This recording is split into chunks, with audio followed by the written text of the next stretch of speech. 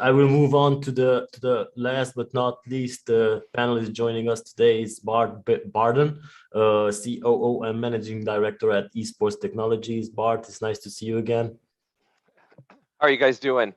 I'm from the operator side, but specifically Esports Technologies, both as an operator for esports wagering and esports managing esports books, as well as from a platform perspective in creating kind of more product for an esports wagering or an esports fan. So kind of my background as relevant to this panel comes from I ran the Betfair exchange for a while and also brought it to the US. So a lot of the integrity considerations with the Betfair exchange across the markets there, specifically horse racing.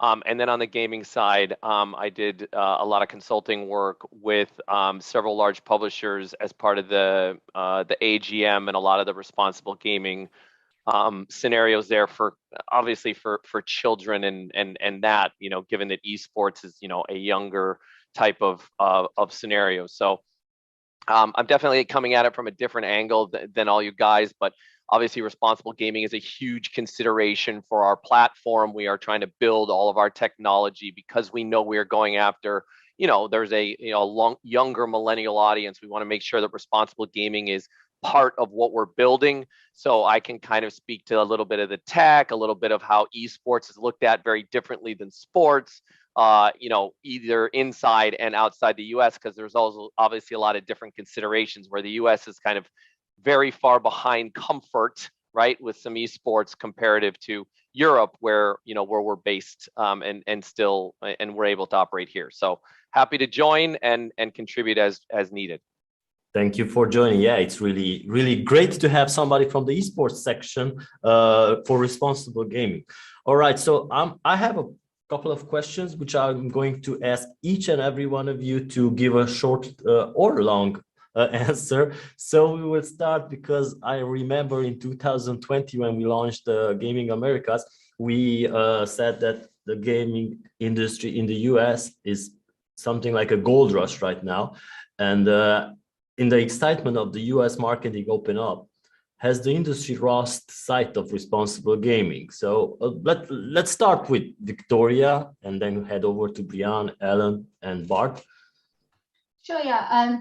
I think, like, I don't know that it's lost sight of responsible gaming, because I think, you know, again, coming from an operator side, I've seen that every operator wants to be responsible. And let's be honest, like, having someone with gambling harm, you know, it is not good for business.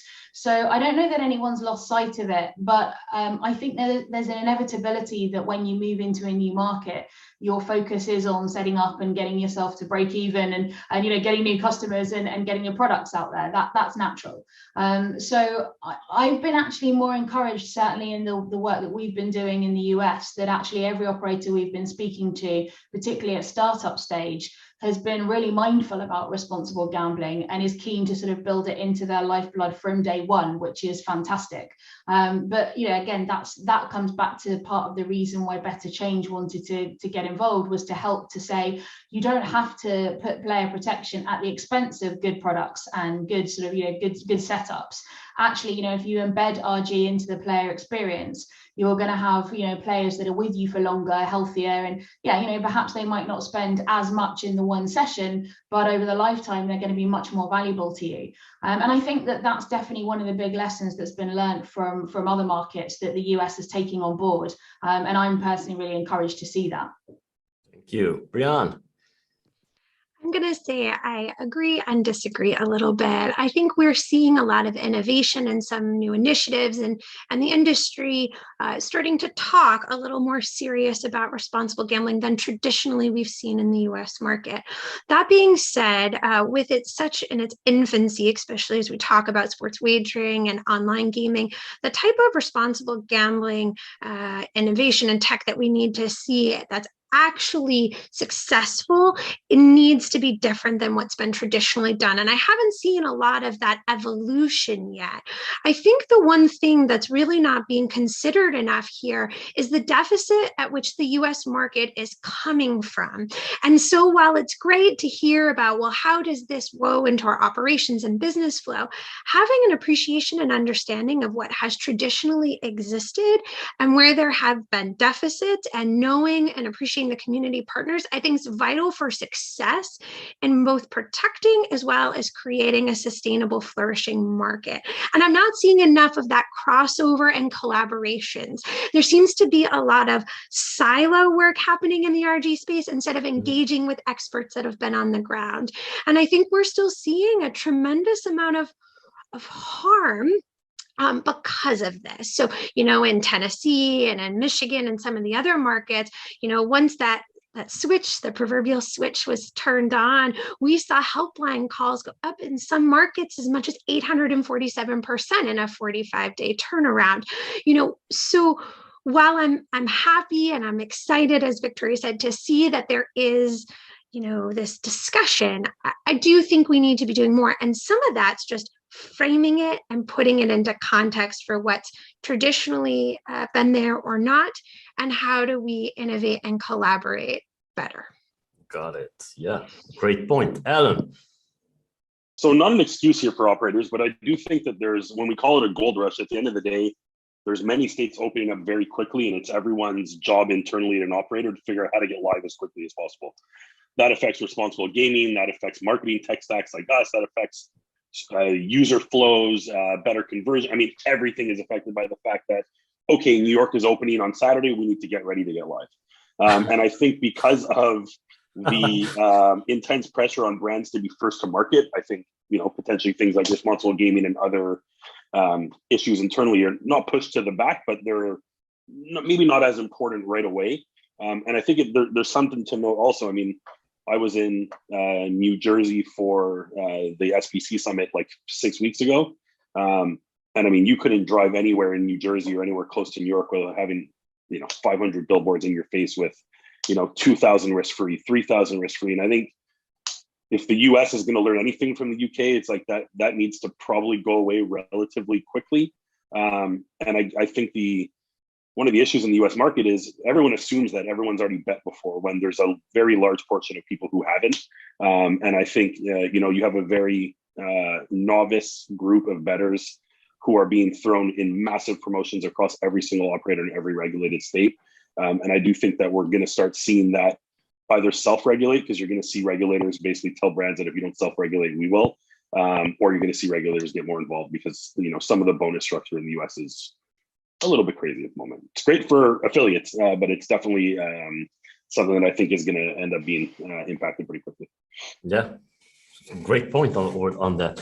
Bart, esports. Yeah, so I can speak to both. I'll attack it from a platform perspective too, right? And then I'll kind of hit the esports piece up. But I kind of agree with Alan in terms of, he made a good point I want to circle back to. So again, from a platform perspective and where everything's at, look, I think the good thing about the U.S. is the majority of all these people launching as fast as they can, and that's the truth, are at least using existing platforms, right, that have been tried and true, and responsible gaming has been built in.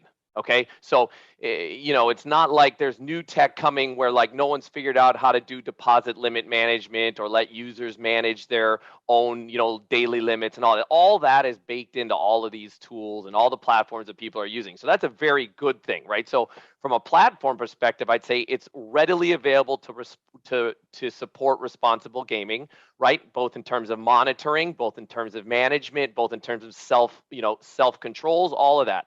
The problem is kind of the regulators, right? So it's like as people go and do this, the regulators have 9,000 things that they're trying to do. They're not caught up to everything. And responsible gaming, call it recommendations, are like the last things that tend to be on the list, right? So the operator is going to do what the regulator says. Now, going back to the esports side, it has taken a back burner to other sports markets in terms of states that are comfortable offering esports, all of that, because just that, the regulator isn't comfortable with potentially, okay, is this maybe incenting more young gambling or irresponsible gambling, even though the controls that are in place, the age checks, it's all the same, right? Whether you're betting on an esports event, you're betting on the NFL, all the tech and what the rules are for the operators are exactly the same, but they're not comfortable yet. So they've said no, right?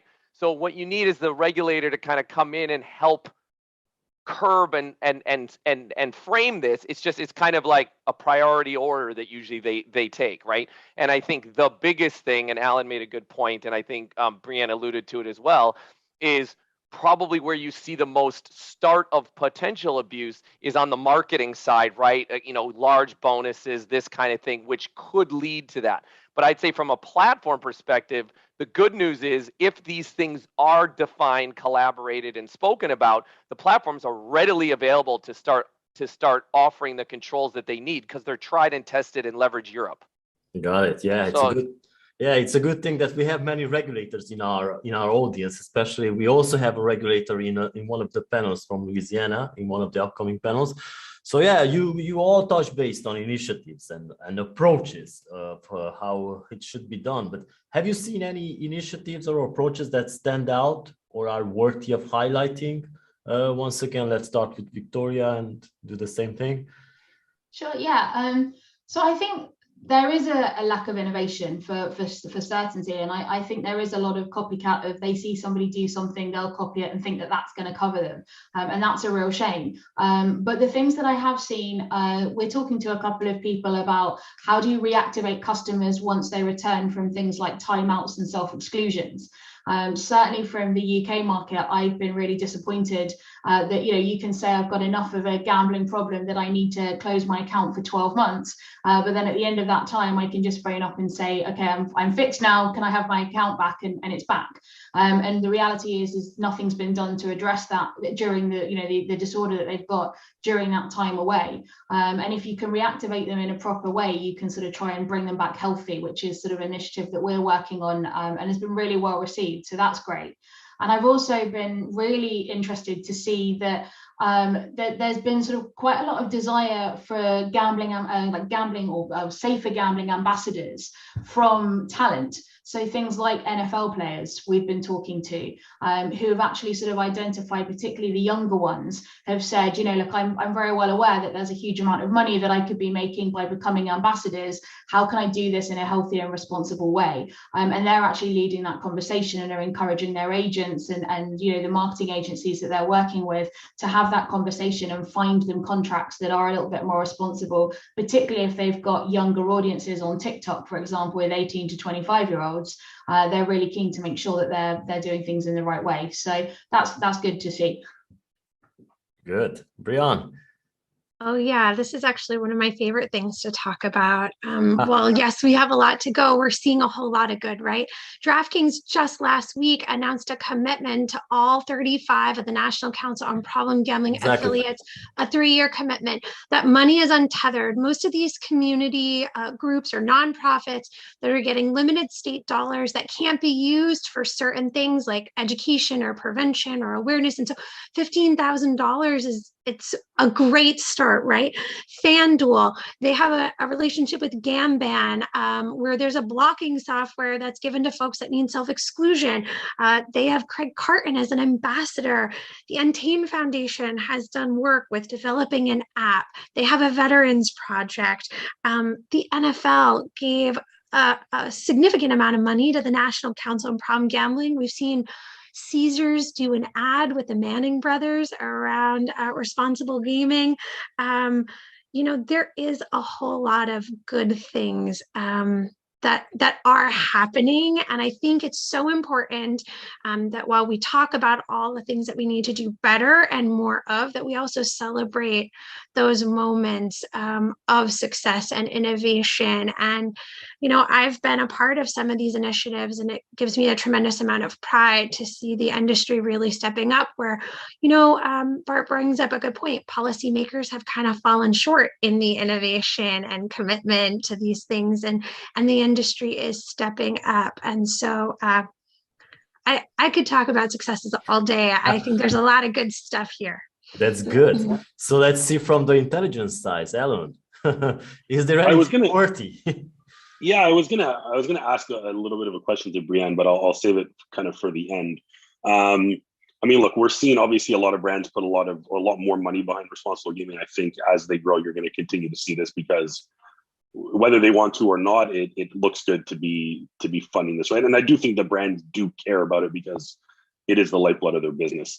When it comes to analytics or AI technologies or things like that, I think at the end of the day, you know, I think there's a pretty clear understanding from a brand perspective on what the flags for a player who is potentially troubled. And I wonder from a technology standpoint if there's going to be more innovation in CRM tools and just in like internal player tracking where you can have quicker flags on players who might be at risk, whether it's the type of payment methods they're using, how much they're depositing, their gameplay. And I don't have any examples of companies that are doing that right now, but I think you're going to start seeing a lot more of that come to the forefront so that brands can start identifying problem gamblers a lot more quickly and not just relying on someone kind of self-excluding and relying on their self. I mean, we all know there's a percentage of gamblers who will self-exclude because they understand what they're doing is not good.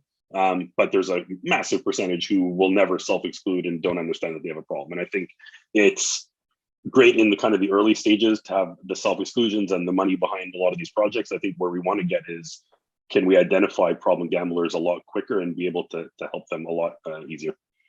All right. So Bart, I want to address the next question, and you can maybe reply to both of them. Yep, no problem. Our operators are spending a lot on player acquisition and marketing, as everybody says, billboards everywhere, banners. I think online is exploding. Is this done responsibly?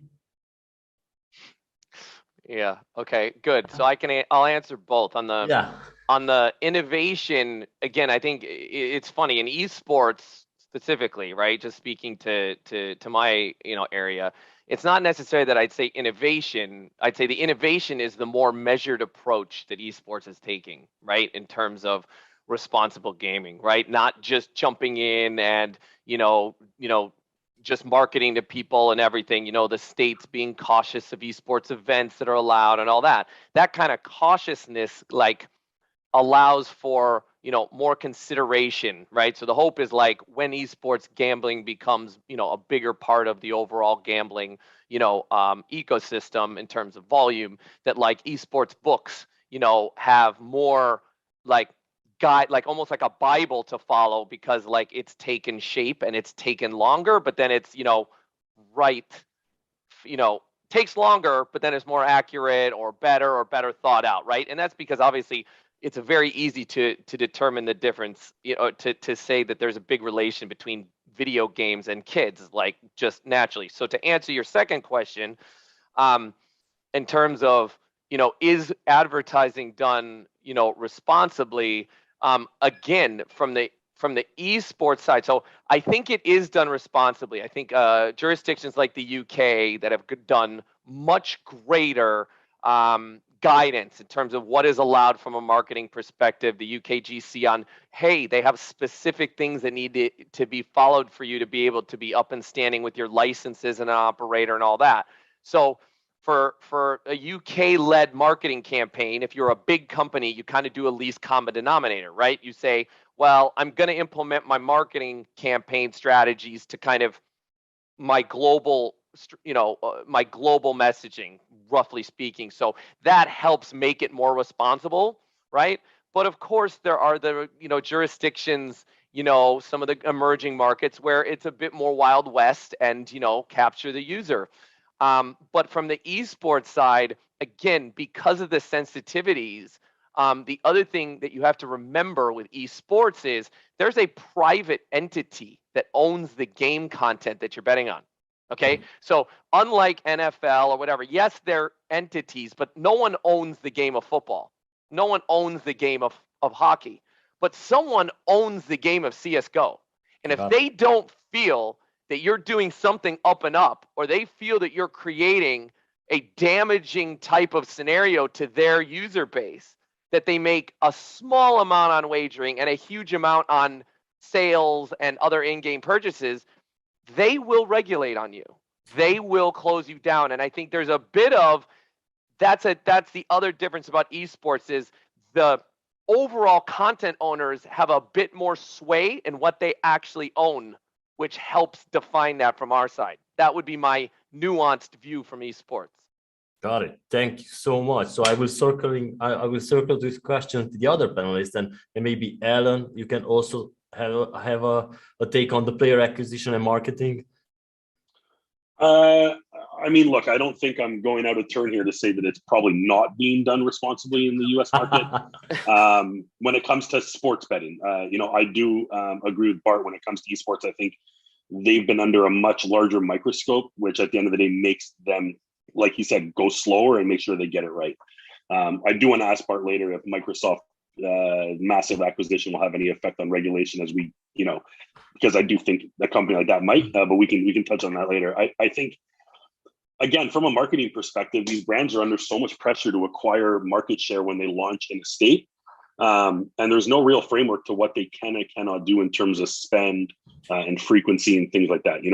Great, they have to put terms and conditions on a lot of their advertising, and they need to be careful in terms of how they position bonuses and things like that.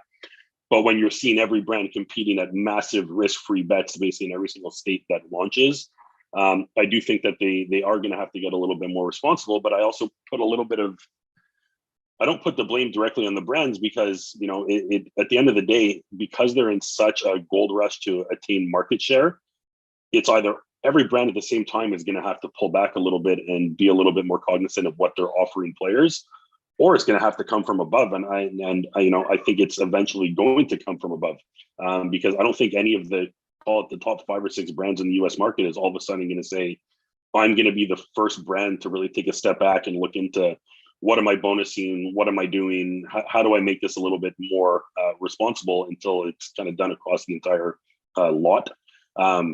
That being said, I think we're going to see pressure in terms from public markets and these brands becoming profitable and starting to actually make money. And that's going to put downward pressure on some of these massive bonuses and huge player acquisition campaigns. So I think you're going to get pressures both from regulators. I think you're going to get pressures from the public markets, and it's going to end up shifting it.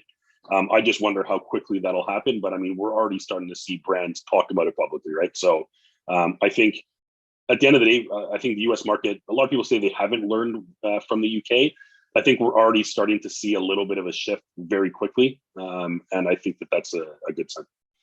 All right, Brian. I think the fear of regulatory and legislative oversight to have to address this, I'm going to agree with Alan, irresponsibility is a very palpable thing right now. We've seen New Jersey, Colorado, potentially even Virginia with a piece of filed legislation looking to address this saturation, I'm going to say, of advertising and irresponsible advertising. I really think there's something to be said about truth in advertising, right? I don't believe that there's any such thing as a risk-free bet. I still have to spend money that I'm risking, right? There's a lot of misconceptions or beliefs around what it means. Like, can I take out the money? Oh, it's more betting. Is that healthy? Look, this is a whole different demographic of a bettor, especially as it pertains to sports wagering. And they're just not, in general, educated about it. And so there's always that inherent risk about the way it's being presented in what Alan points out very well is a gold rush. Everyone's looking about customer acquisition, and there's no shame necessarily in that, but I guess the question becomes at what expense?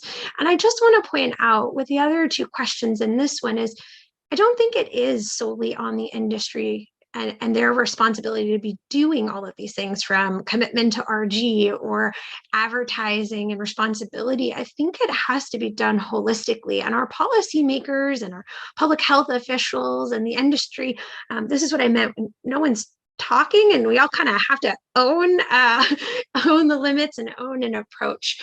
The other thing I want to point out that a lot of people aren't talking about when it comes to advertising responsibility, customer acquisition, and all these promo deals is that in the states that have allowed for promo deductions, we're seeing obviously the state take in a lot less than anticipated because of how much money is being exhausted to get new customers. Now, certain states had allocated a portion of the state revenue for problem and responsible gambling initiatives. So with the significant appreciation in revenue from the states because of the promos, that's also negatively impacting the infrastructure for problem gambling. We're seeing a significant trickle down effect. So just kind of another way that I think it's being approached irresponsibly, not the most talked about or sexy thing, tax policy, no one likes it, but it really is having an impact on these issues from a community standpoint. And I think worth noting and us all considering as kind of legislation and policies are reconsidered. Thank you, Brian, for your input. Yeah, Victoria, 3 out of the 4 speakers have said it's done irresponsibly. I don't think you will prove otherwise. No, you're right. I'm actually coming from as a marketing director in the UK market. It's quite horrifying to me sometimes when I see some of the ads that are in the US that are, you know, so sort of, you know, showing people in partying atmospheres and talking about, you know, come and win life-changing amounts. I mean, just things that we're not allowed to do over here. So no, I agree. It's not being done responsibly. What I have seen though, and I would be really interested or hope that the US would take on board, is that the ads that we do see for safer gambling in Europe are quite dull, to be honest. And that's a real shame. It's almost done as an afterthought. Take COVID, for example. The BGC said that, you know, 20% of any advertising had to have a safer gambling message, which was fantastic. What that actually meant in reality was everyone scrabbled around at the last minute to try and figure out how do we actually deliver that. And we ended up with 1 million adverts that were just sort of animations talking about don't forget to set deposit limits and reality checks, which is really important messages, but it could be done in such a more engaging and exciting way rather than, oh, great, I'm being lectured again. And so I think that, you know, the US has got a really great opportunity here to take that creativity and actually try and come up with something that really does engage people and reminds them of the important message without making them feel like they've been preached to. Got it. Victoria, can I ask you a question? Please. On that? Because so I'm a Canadian, so I'm neither from the UK nor from the US, but to me, it's always seemed like in the UK, betting has been like generationally instilled in the population. And so it's very part of like everyday life, but not only from necessarily an entertainment standpoint, because it's been shoved down, you know, people in the UK's throat for so long. It does seem like in the US market, gambling is becoming more of like an entertainment, like entertainment dollars are going to gambling, maybe a little bit more than, I don't want to say like important everyday money, but it just seems like it's a very big entertainment vehicle in the US market. You see that if you ever go to Vegas, it's a much more entertainment driven city now. So I wonder if there's any, in your opinion, if there's any differences there in terms of maybe a cautionary tale for now it's entertainment, but if they don't, you know, curtail it, then it's going to become something that's maybe more of a generational problem. Yeah, and I can certainly see what you mean. I mean, it absolutely is. You know, my granddad, I remember, like, you know, him betting on horses, and that was sort of what we spent our Saturday afternoon doing, was watching the horse racing. You know, and that was a big day out as well. You know, quite often you'll go and watch sort of, you know, racing and horse racing or car racing, anything, like, you know, it's a big part of it. And certainly sort of, you know, you find sort of even betting, people will sort of gambling at school, they might be betting on Pokemon cards or something like that. So it is definitely sort of part of our culture for sure. But I think, is it going to be a systemic problem? I think the thing is we have to bear in mind that it is such a small percentage of people in the UK that are actually harmed by gambling. It's like, you know, between 0.3 and 0.5% of gamblers.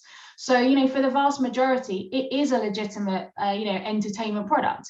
And, you know, it does generate taxes. It does give them an outlet to sort of wind down after a day. And most people can enjoy it safely and enjoy the odd day out to the races without it having any kind of harm. And we shouldn't forget that. That doesn't mean we don't, we don't put things in place to stop, obviously, those that are like suffering from harm, and there is a cautionary tale there for sure.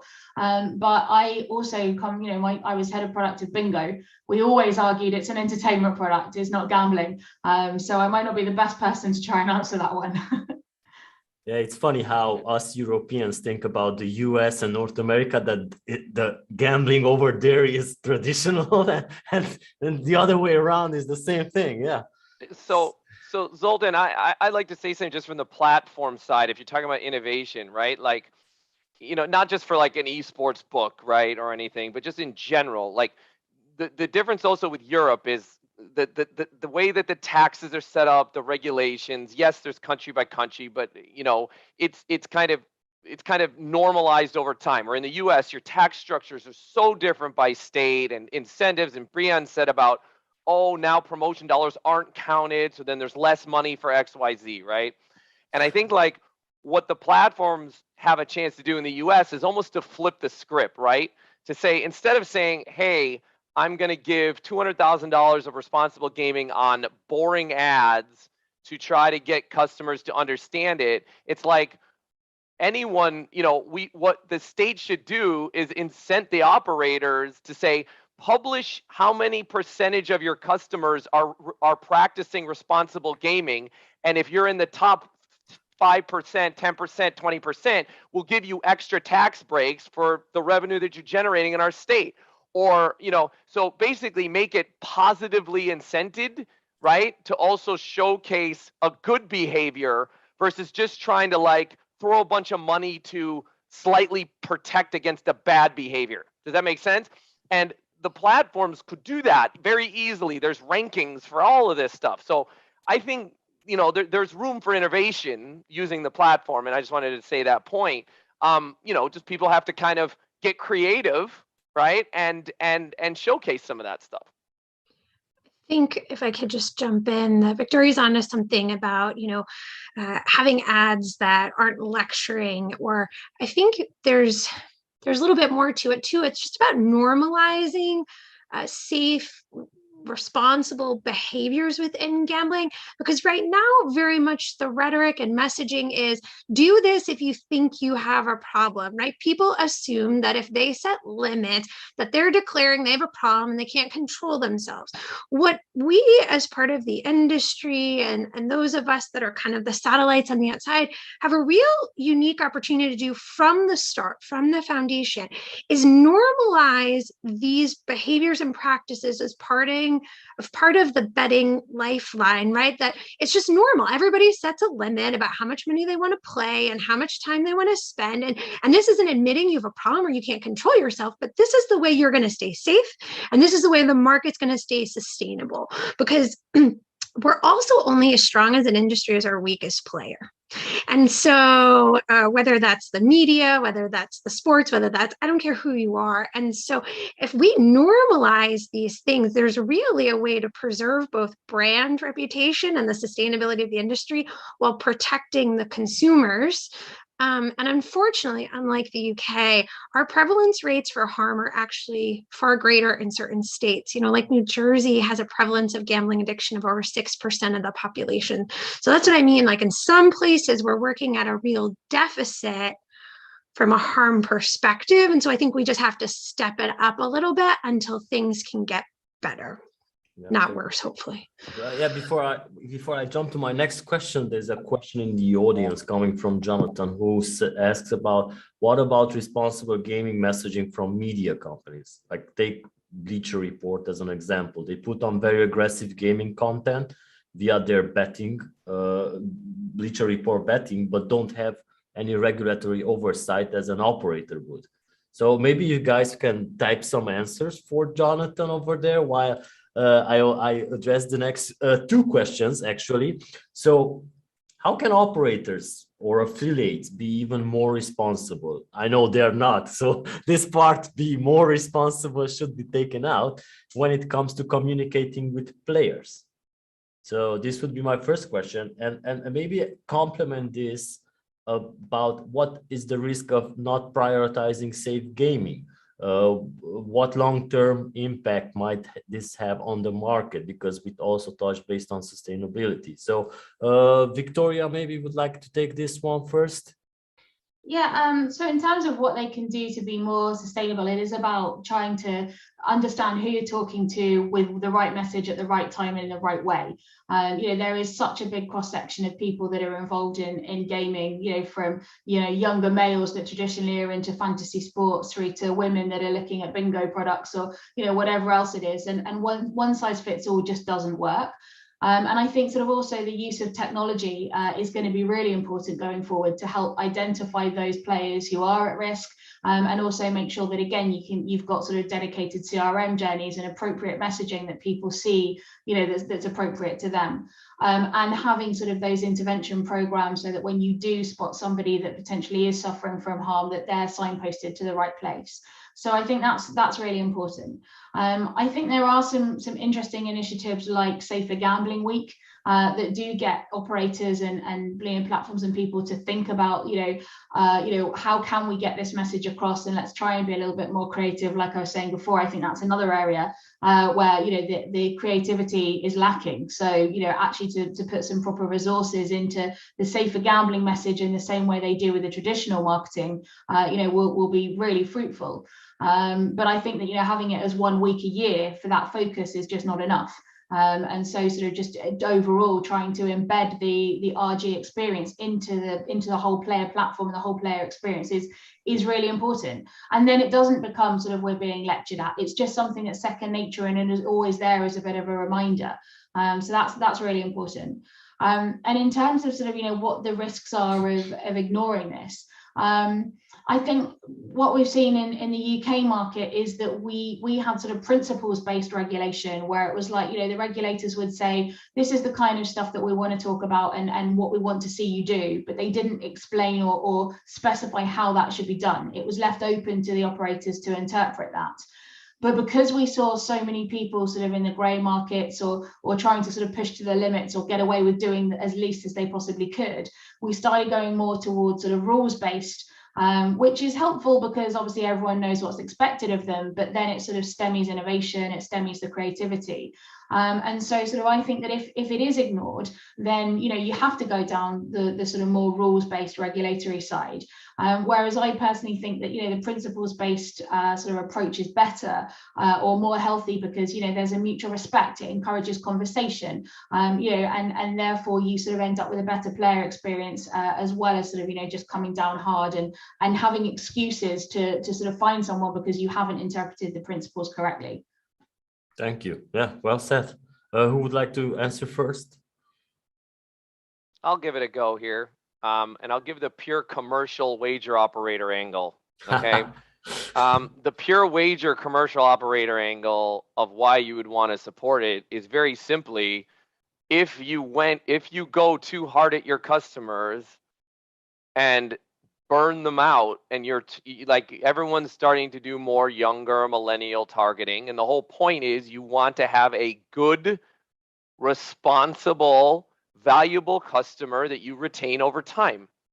So if you go blow them out in the first 2 years and push bad, don't manage their responsible gaming and don't administer all these controls, then you're losing a potential very good lifetime customer who could be a very responsible and good stream of revenue for you, to be honest, as a wager operator.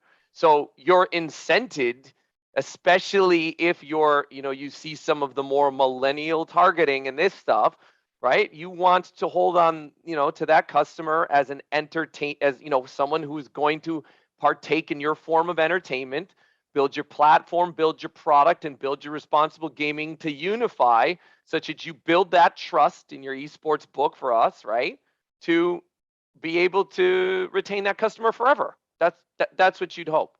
So you don't want to do anything that jeopardizes that, purely from a commercial perspective. Got it. Thank you. Alan. Look, I think we've talked a lot about regulators as part of this conversation, and we need to be careful because regulators will eventually back down. I think it's also important that if the industry is not careful, that payment systems, banks. Like there's a lot of other heavy influence parties that can eventually crack down on gambling and make operators' lives a living hell at the end of the day, right? Yeah. You see every other day banks, financial institutions, credit card companies shutting down other verticals because of the way that they operate. We saw that in like rebill free trial stuff that basically overnight went away for like 80% of the industry.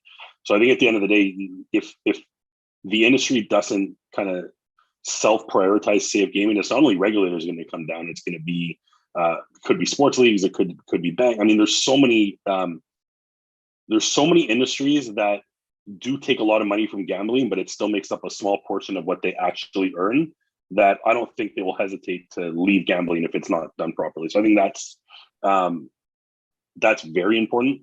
When it comes to how operators and affiliates can be more responsible when it comes to communicating with players, I mean, look, I think it is important to note that we are in a much better space right now in the US market than we were in any other market 3 or 4 years ago. You know what I mean? You're not scrolling Facebook seeing McDonald's employee bet $10 and pays off their house and their entire family's well-being for the next 20 years. You know, there's a lot of sketchy marketing techniques that happened over the last kind of 5 years internationally that we're not necessarily seen as much of in the US market. So I do think it's important to talk about some of the good that's coming out, and you know, a lot of affiliates and a lot of marketers are doing it in a responsible, good way. I do think that there needs to be more education, whether that comes from the brands or whether that comes from third parties, on how to bet, what you should be betting on, where you should be careful. You know, we on our agency side of the business, we work with a handful of call it big affiliates or big media companies that are starting to really pump out content to help players understand. And I think there's still a massive room for education in the industry in the US market when it comes to betting. Again, we make an assumption that it's the US, everyone knows how to bet, everyone has bet. I think that's a very false assumption if you look at the market as a whole. And I think you're starting to see each individual brand come out with more help centers and more content in terms of education. I think that's going to be very important, because the worst thing to do is to drop someone uneducated in a book with high limits, with a bunch of content that says you can win a free bet and win a bunch of money. Like, that is not a flow that's going to be sustainable long term. So I do think there's a big education piece that's to come. Thank you, Alan. Brian. Not to be redundant, but I think Alan's right. There's a real large education component here. I don't think the media is completely indoctrinated into the responsibility for which they have to own in all of this, and the significant influence for how their presentation carries. Again, we're talking about at large new uneducated bettors, and really they can be easily swayed by what's being presented to them, both in promos as well as just presentation. That if we're going to all of a sudden normalize big bets and big losses, because that's the only way you win big, you know, this young impressionable demographic is going to find themselves very quickly in hot water. And so I think this is another instance of where both regulators and industry need to be holding the media counterparts a little bit more accountable, bringing them to the table to kind of highlight, like, you know, these type of potential predatory practices aren't going to be allowed, because it's the only way I'm going to be able to protect my license and my customers long term, and helping the media kind of see that role that they play, because that will really drive customer acquisition, of course, but also retention. And while everything now is on customer acquisition, we're going to have to start moving over to that retention not long. And so how do affiliates in the media play a role? I was just finishing up my response to Jonathan, which talks a little bit about this, and just, I don't think we're doing a good enough job, bringing our affiliate counterparts to the table to say, come on, let's talk about what kind of coverage and good behavior you can be promoting here. Again, moving that normalization to RG instead of the anomaly. Okay. Can I add to that? Can I add to that really quickly? I think when the Bleacher Report betting example is kind of an important one. I didn't get to write that out in the chat, but I think a lot of the content being pushed out there by affiliates and media companies in partnership with brands is these big parlay bets, these big prop parlays, etc., which have high variance of losing at the end of the day, and brands making a lot of money off of them. And I think the US market, like in basically every single organic social media post or anything going out from large affiliates, is centered around how can I bet $10 or $20 and make 1,000. and those bets lose the majority of the time. And I think there is a little bit of danger there on consistently pushing the narrative of bets that are likely going to lose. I don't know how we necessarily correct that, because I'm someone who bets and I find those bets very entertaining. I know that I'm likely going to lose them, and I'll continue to do it because I'm aware of it. And there's a lot of people like me who understand it and they're fine with it. Again, people who use betting as entertainment, you know what I mean? Part of my, monthly budget, I bet a little bit, and I'm fine with it. But I do think there is a little bit of a cautionary tale on the types of bets that both brands and affiliates are pushing out. Got it. Thank you so much. So, since we talked about the UK a lot, what lessons can be learned from the likes of the UK, where restrictions continue to tighten every month, every year? How can this be avoided in the US? Maybe Victoria, you could like to go first on this, having that experience. Yeah, I think I think like the UK market has seen, obviously, like I said, it's become rules based because so many people have ignored sort of what they're being told to do. And so if the US wants to carry on sort of self-regulating, then they need to sort of, really integrate everything, make or sort of like bring safer gambling and responsible gambling into the sort of heart of the operators. And I think we want to see thinking operators. We don't want people that are just ticking boxes and doing the bare minimum that they have. We want them to really embrace sort of, the fact that, player protection, as we've said, having long-term healthy players is much better for business. And so being able to embrace that and have that at the heart of the operation certainly is sort of the way forward. And that involves sort of, making sure that products are built with safer gambling in mind. So again, these tools and techniques are ingrained and integrated, so people don't feel like they don't even notice that they're there. And then sort of using things like, applied psychologists and people like that who can identify those people who, as Alan said earlier, don't even recognize they've got a problem. They're in denial. And so how do you spot them, rather than just waiting for them to sort of, be like proactively come and say, I've got a problem, I need some help. So that's definitely where I think sort of the US has got an advantage to be able to sort of see what's worked well for us and what hasn't, and do something about it. All right, Brian. Oh yeah, no, I just wanted to jump into that one real quick. Sorry, Brian, it'll be 2 seconds. Is I think the one thing the UK, again, coming from the platform, tech side, I think the one thing of where you were alluding to the fact that the UK, although does a good job, also has become too stringent, or that was the tone I got from your question.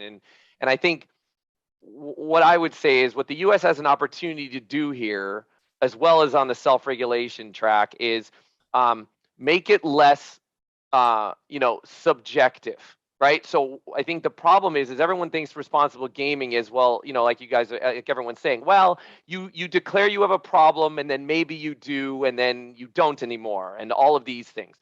Where I think you can use data a bit more, right, in terms of how you enforce or help people enforce some of these things, even though it is very psychological and it's hard to use data. There are certain things that you can do, and I think my opinion here is that the problem with some of the way that the UK has gone is they've gone farther reach of scope, but it's all very subjective on which UK regulator you get to look at your if you do have an issue, who looks at it, how is it defined.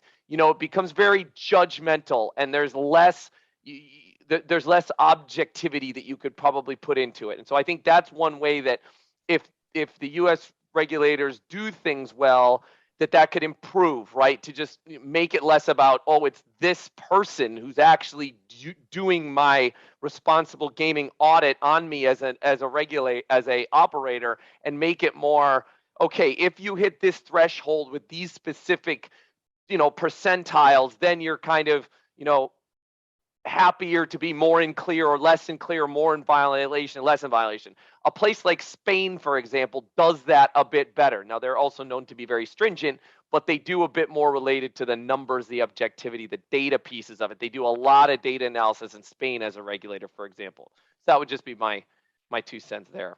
Thank you. Brian. Okay, so lessons learned. The UK is only starting to get data now about things around safe gambling, responsible gambling. I don't care what you want to call it, right?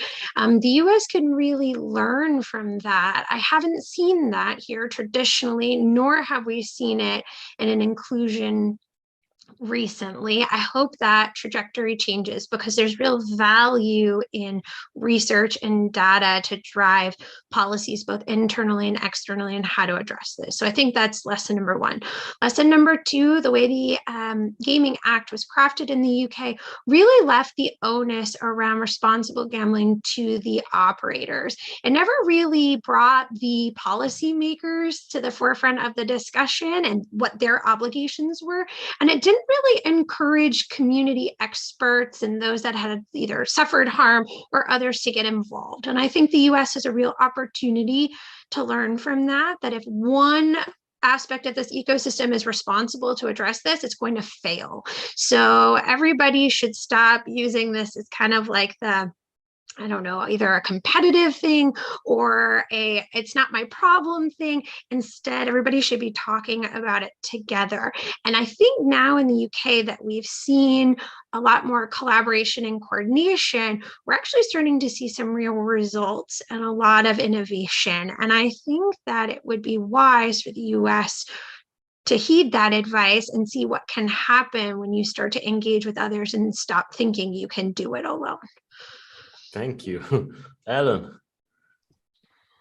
I think one thing, maybe not a lesson from the UK, but I think one thing that really differentiates the markets is in the UK when they cracked down, a few years back on advertising, they put the responsibility on the operators to be responsible for the content that their affiliates were putting out.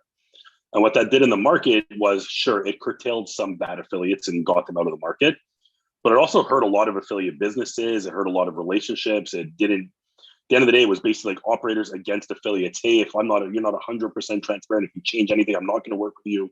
It created a lot of discomfort. At the time I was working as an affiliate, and there was a lot of discomfort, misunderstanding. You would see other affiliates doing stuff that you weren't allowed to do. It was very confusing.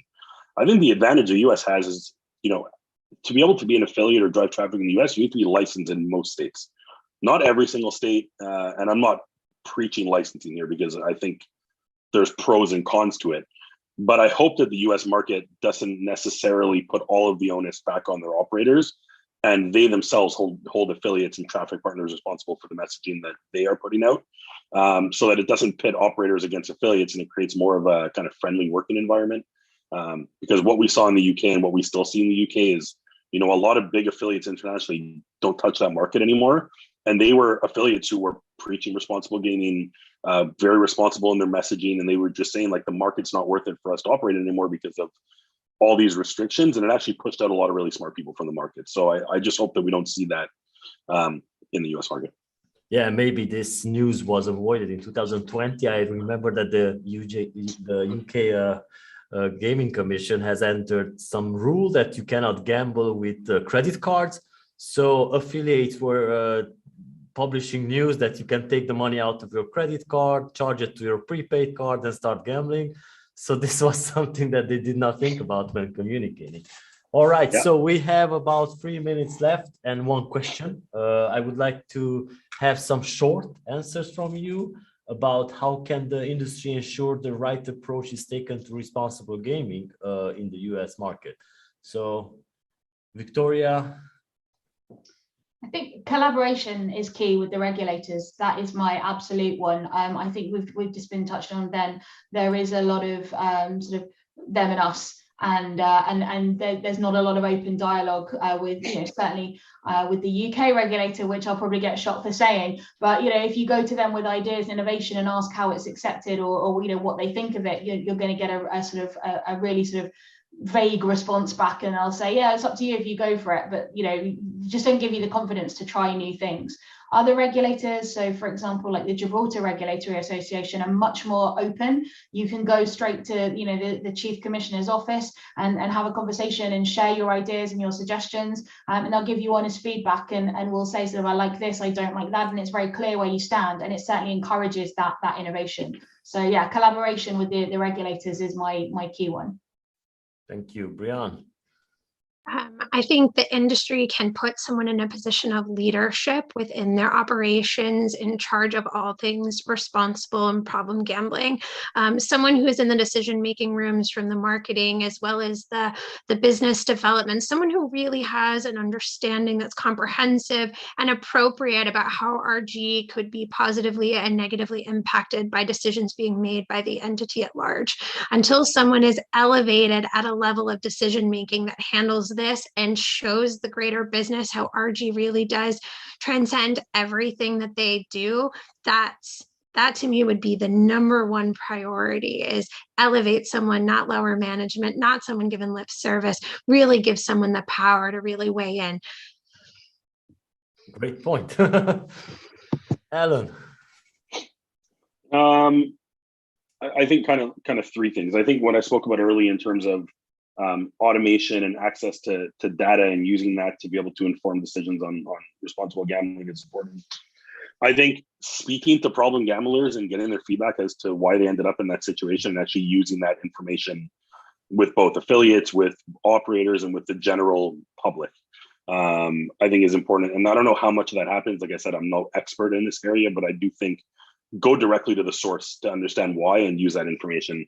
And then, because the US is so fragmented, I think more cross-state collaboration and making sure that we're looking at it from a US-wide, not just a state-by-state issue, because as the US continues to regulate, this is going to impact the whole country. And you definitely don't want conflicting policy when it comes to responsible gaming. Thank you. Bart.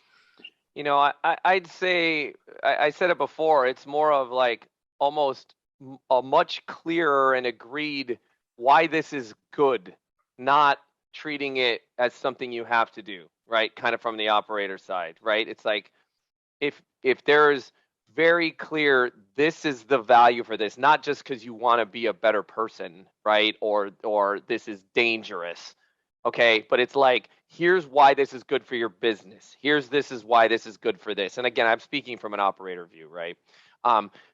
Better communication that's the case, which will then help people collaborate to want to be better, right? I think is one way. So it's a collaboration. I totally agree with Brianna. It's Victoria. It's collaboration, but it's in that almost a positive incented way versus a hand slap collaboration, right? Which is kind of how it's been to date.